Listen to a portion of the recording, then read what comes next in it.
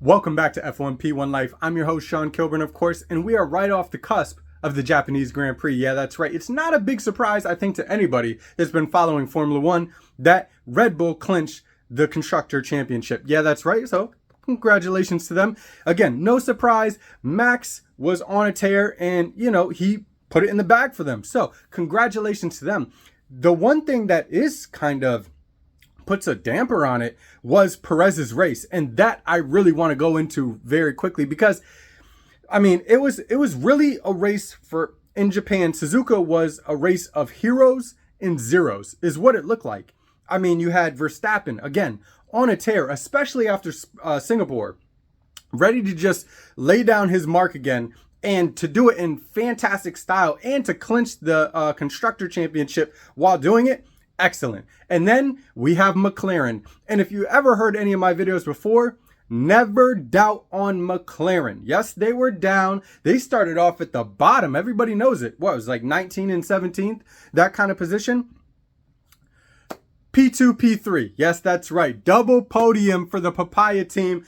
That deserves a big clap. I'm so happy for him. I am definitely a Lando fan. And Piastri is just... I'm loving that matchup. I'm loving that pairing. Of course, it's no secret that I have said that I would love to see Lando be Max Verstappen's team and have him in a Red Bull and just see what kind of really championship battle that could be. But nevertheless, I'm very happy for the Papaya team. So they are some heroes.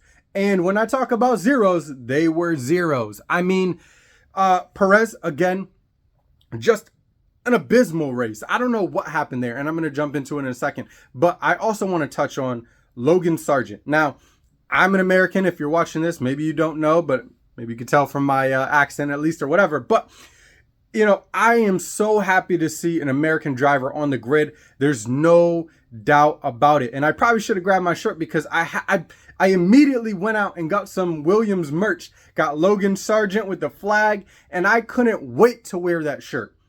It's still in the plastic. I thought maybe a home race. I'm not looking for him to finish P3. I just want to see him have a solid race. And it's been so long, especially after the summer. It's just been downhill. And I'm a Formula One fan. So when I see somebody like Lawson just dominating, and I can't say his rookie season and his pre-rookie, if that's what you want to call it, but he's not going to be Verstappen as soon as he hops in the car, but he definitely has a pedigree. He has the minerals, and he's doing the job. And what's cool is we've seen it variations of the races, and then finally, or variations of different circuits. So it's just been really cool to see, and you want somebody that has that kind of talent to be on the grid. We don't want just one person running away like Hamilton and Verstappen and then a whole bunch of people at the back of the grid just falling off and one person. No, we want to see every team battling with their teammates. Look at Haas. I'm sad that Schumacher is gone. But, the Hülkenberg-Magnussen battle, really cool.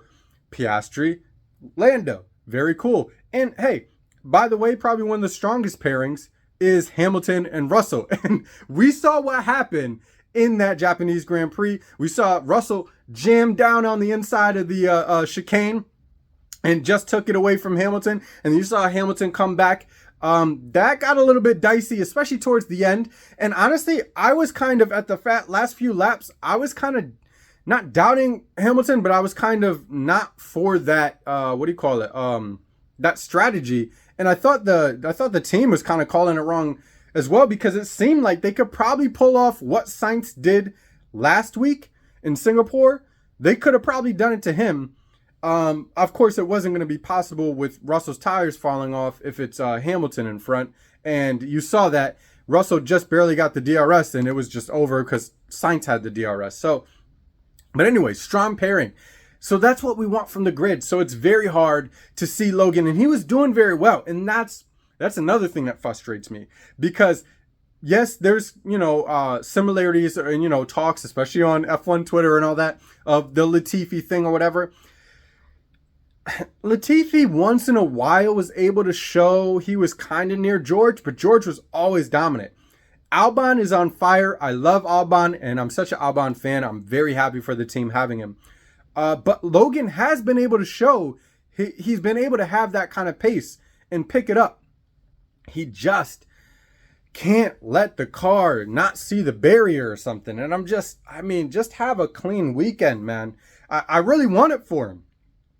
And if it doesn't hold out much longer, if it keeps on going on much longer, I really wouldn't be surprised if Williams replaces him. There's a lot of people waiting in the wings for a F1 spot on the grid, and everything's locked up now for 2024 except for Logan Sargent's position. So I'd say even in the few races that we have left, especially finishing off like with Vegas, of course a home race because it's the U.S., if he can even just have because there's a lot to it. He has a little bit of pace, so we see that. You know what I mean? He's done plenty of driving. He's shown himself.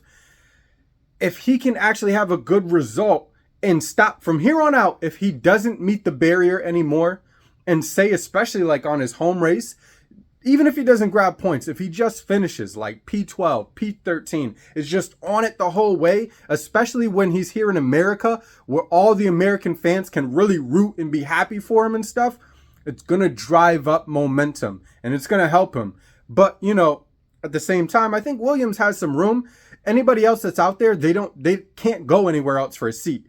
So it's not like Williams has to worry about, if they don't lock up Lawson now, someone else is going to grab him. They can probably get him for reserve driver's seat. But I think Lawson will still be kind of hesitant until that last seat is locked up before he goes and says, well, yeah, okay, I'll be a reserve driver. If anybody heard him after Singapore, I think it was Singapore, or maybe it was the pre-race to Suzuka. But, I think he pretty much said, I don't deserve a seat. I really want a seat. I friggin' love that. I love it. So, it's all on Sargent, and, he has a little bit room left, but not too much. So heroes and zeros. And now back to Perez. Of course it was a funky thing, and I'll go through it first. The whole penalty. Serving the penalty after retiring. I've heard different variations. The way I look at it immediately is that say you get the penalty from the mess ups that he's had on track. I think the last one was with Magnussen, right? He could have served that penalty, done a lap or two, and then just pitted anyway and retired the car. So then to retire and then be able to come back out and serve it, I get the feeling of it. It doesn't feel, it feels kind of messed up. And yeah, we all like the little, can you squeak in this rule, that rule? That's Formula One. It's, it is what it is. But I get it at the same time. It doesn't feel that honest. But again, just like I said, he could have easily served it and then just retired anyway. And I don't think anybody would have said anything other than, well, he just had a terrible race. So I think the awkwardness of it is what's causing more controversy. Maybe the FIA will end up, kind of making some rule change to that. It probably won't happen for another 12 years kind of thing. So, who knows? Who cares? But I get everybody out there and just the way it looks and so forth. But when your team is winning the Constructors' Championship that day, you can't just go around and finish the finish. And I think at least for Red Bull, I get it at that point where they're just like, well, come on, we're just going to finish last. But it seemed like at least me, I'd have to go back and look, but it seemed like he would have been able to serve the penalty and then go. But I'm pretty sure he had damage. And so it was just an awkward thing. It was very awkward. But even worse than that was just his race, because again, if Perez was just racing, we had some race incidences, and then he just got some damage and had to retire, and then Max wins, and we'd have been like, well, it's unfortunate for Perez. Man, Red Bull just dominant. But when he's having all these moments with people and everything, and he's just been off for so long, it does not look good. It doesn't look good. And I was really sitting there thinking, like, this is the guy we thought maybe last year could contend with Max to win a second title for the team, but under him as a driver. And then even this year, he seemed to really want to go for it, and it's just, I mean, the Minister of Defense has checked out on vacation or something, because I just don't know what's going on. And I wonder, I should look through a little Twitter and stuff and see kind of like what the Mexican fan base, especially, how they're feeling about this, because, there's no doubt Perez is a good driver. It's not one of those questions of Sargent or something like that. We don't know yet. I mean, some of his drives way before Red Bull are just wow. And then there's been some drives, obviously, with Red Bull that have been wow. So it's just terrible that he's having such...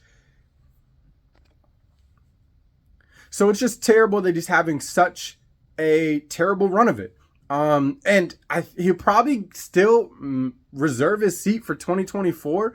But as he gets closer to the end of his contract, I mean, yeah, people are like, well, he's under contract. Well, how many people have been bought out of their contract? How many things go on behind the scenes that you just don't see? But we know. So, and Red Bull's flush with cash. So, I mean, if they have to spend $12 million or something, or $18 million to buy him out and be like, go... If he's just on that same trajectory that he's on now for the rest of the 7-8 races that we have left, and then into 2024, the first 7-8 races, he's just nowhere to be found, I could see them being like, all right, it's worth it to just cut the check, have him go, and let's bring in Lawson. Let's bring in, I don't know, let's pay even some money to get Lando in here. You know what I mean? They could be 30 in the hole before they get Lando in the door, kind of thing. And they have to pay out, like, for Lando's contract and bring him in. It would be crazy. I don't know. But whoever they do bring in there, I guess what I'm saying is they have the money, and especially, I'm pretty sure still the regulations that, like, the driver's salary don't come into consideration for the overall cost cap. So, I mean, they could really do it, especially when you're on your third, going on your third driver's title, your second constructors championship in a row. And so I could see it really happening. And Red Bull. Everybody knows Red Bull. I mean, they are quick to show you the door. So, I mean, till now, it would have been unreasonable. Because, when people were like, well, Max keeps out qualifying him and Perez. I'm like, well, what Perez can do other than get P2, P3, I was always fine with that. And then, get a win here and there. That's what we all expected. And I kind of really hoped that he would actually clinch a driver championship. Now it's just looking like it won't happen unless he just comes back next year, just renewed. I mean, completely renewed. You know what I mean?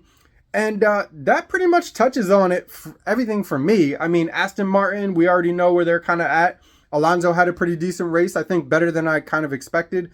Stroll, just the whole year, is always like 5 positions. If Alonso's P1, he's P5. If Alonso's P10, he's at least P15. It's just almost, he's missing 25, 40% of what Alonso's able to bring. And yes, he's a 2-time world champion winner. Yes, it's a Fernando Alonso. But I'm pretty sure we can put other people in that seat that will be contending a little bit more. I mean, look at Ocon. I think if Ocon was in the Aston Martin, just like when they were in Alpine, that was competitive.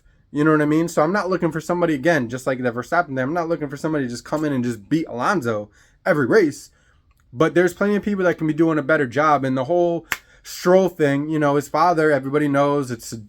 I'm not going to beat a dead horse, but you do wonder when he's finally going to be like, maybe I'll put you as reserve this year. You've had a lot of years. I don't know. So that is it. I really enjoyed the Japanese Grand Prix. I think everybody does. Suzuka is a great layout.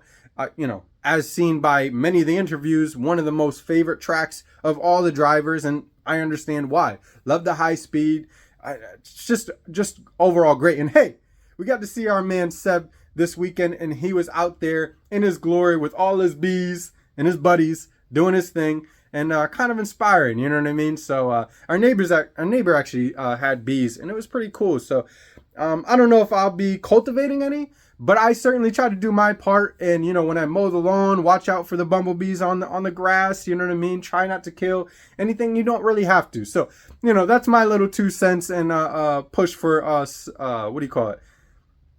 A little bit better of environment. I guess that's what it is, right? So that's what I try to do. So I appreciate you watching. Be sure to hit that subscribe button as well. Yeah, I am under construction right now in my man cave. I do plan on redoing this whole thing so I can set it up for my main channel, SK Lifestyle, and of course for F1P1 Life as well. So I'm looking forward to that transition and having a set place that I can do plenty of videos going forward. I'm really looking forward to 2024, but this season isn't over yet, so stay tuned, hit that subscribe button, and I'll see y'all later.